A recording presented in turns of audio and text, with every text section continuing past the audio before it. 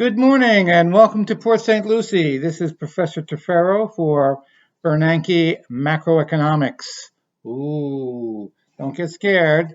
I will make all of these complex and difficult jargonistic expressions and terms in academia become much more simple and easy to understand. I like to make complex items become simple.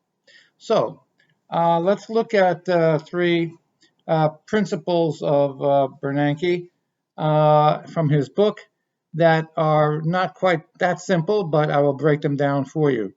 The three of them are implicit pricing, cost-benefit analysis, and scarcity.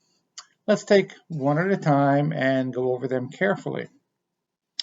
The first principle of implicit pricing is pretty simple and straightforward. It indicates that in addition to your production costs or the bottom line costs of any product, you have to add something called implicit pricing, which means that there are other variables besides physical variables that affect your prices. So you have to estimate what this bottom line price will be, and then you will have to add it to your original cost of production price. It shouldn't be too much. Hopefully, it's not too much. And you can add it to the production cost of your products. So basically, it's just a simple add-on to production costs. Let's move on to the second principle. The second principle is cost-benefit analysis, which quite frankly means that the money you spend to sell something should never exceed the amount of sales that you receive. So if you're making $1 million, you can't spend $2 million on advertising. Not a good idea. You can spend $500,000 on advertising, and then if you're successful again, you can always spend 50% of your sales on selling. But that may be too much. A lot of companies get by with 20% advertising, 10%, 5%. Some try and get along with no advertising, and that's a big mistake.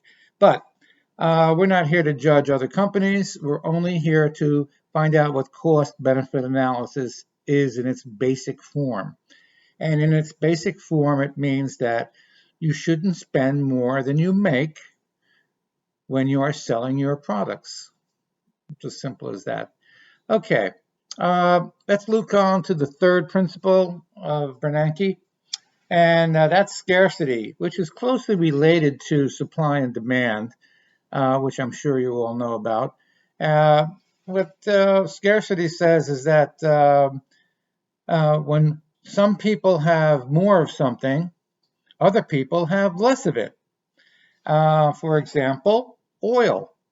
More people in Saudi Arabia have oil, and fewer people in America have that same oil. So since we have a scarcity of oil, we don't really have a scarcity. We have our own oil reserves. However, there are countries that do have scarcity of oil. They have to pay higher prices than countries who have oil in their countries. So the scarcity principle basically means that if you have something, that means you have it and somebody else will have less of it. Think of it as 100% pie, and the more pie that somebody else eats, the less pie that is left over for you. And that's pretty much the three principles we wanted to go over for today. Until next time, this is Professor Tefero from Port St. Lucie, wishing you all a happy and healthy day. Take care. Bye-bye.